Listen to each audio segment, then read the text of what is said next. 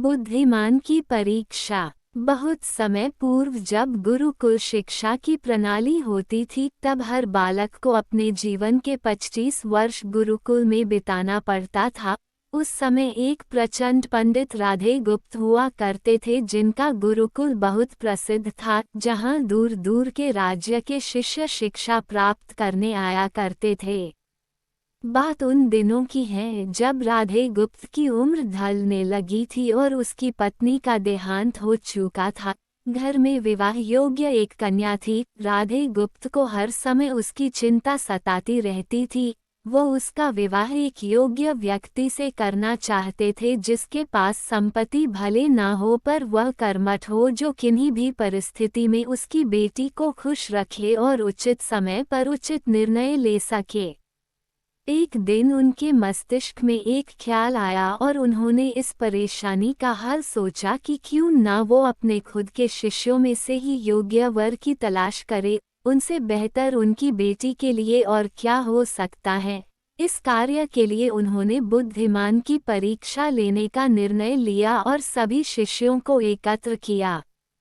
राधे गुप्त ने सभी से कहा कि वे एक परीक्षा आयोजित करना चाहते हैं जिसमें सभी की बुद्धिमानी का परिचय होगा। उन्होंने सभी से कहा कि उन्हें अपनी पुत्री के विवाह की चिंता है जिसके लिए उनके पास पर्याप्त धन नहीं है, इसलिए वे चाहते हैं कि उनके शिष्य विवाह में लगने वाली सभी सामग्री कैसे भी करके एकत्र करें। भले उसके लिए उन्हें चोरी का रास्ता चुनना पड़े, लेकिन उन्हें चोरी करता कोई भी देख ना सके। इसी एक शर्त का पालन सभी को करना है। अगले दिन से सभी शिष्य कार्य में जुट गए। रोजाना कोई ना कोई तरह तरह की वस्तुएं चुरा कर लाता और राधा गुप्त को दे देता। राधा गुप्त उन्हें एक विशेष स्थान पर रख देते क्योंकि परीक्षा के बाद ये सभी वस्तुएं उनके मालिक को वापस करना जरूरी था, क्योंकि वे अपने शिष्यों को सही ज्ञान देना चाहते थे। सभी शिष्य अपने अपने दिमाग से कार्य कर रहे थे, लेकिन इनमें से एक चुपचाप गुरुकुल में बैठा हुआ था जिसका नाम रामास्वामी था। वह राधा गुप्त का सबसे करीबी और होनहार छात्र था। उसे ऐसा बैठे देख राधा गुप्त ने इसका कारण पूछा।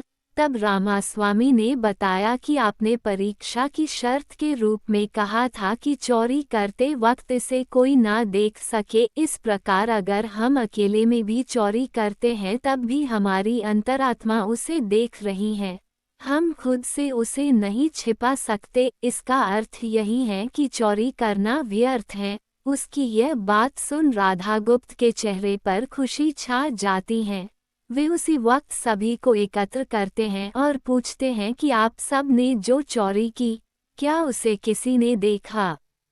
सभी कहते हैं नहीं। तब राधा गुप्त कहते हैं कि क्या आप अपने अंतर्मन से भी इस चोरी को छिपा सके?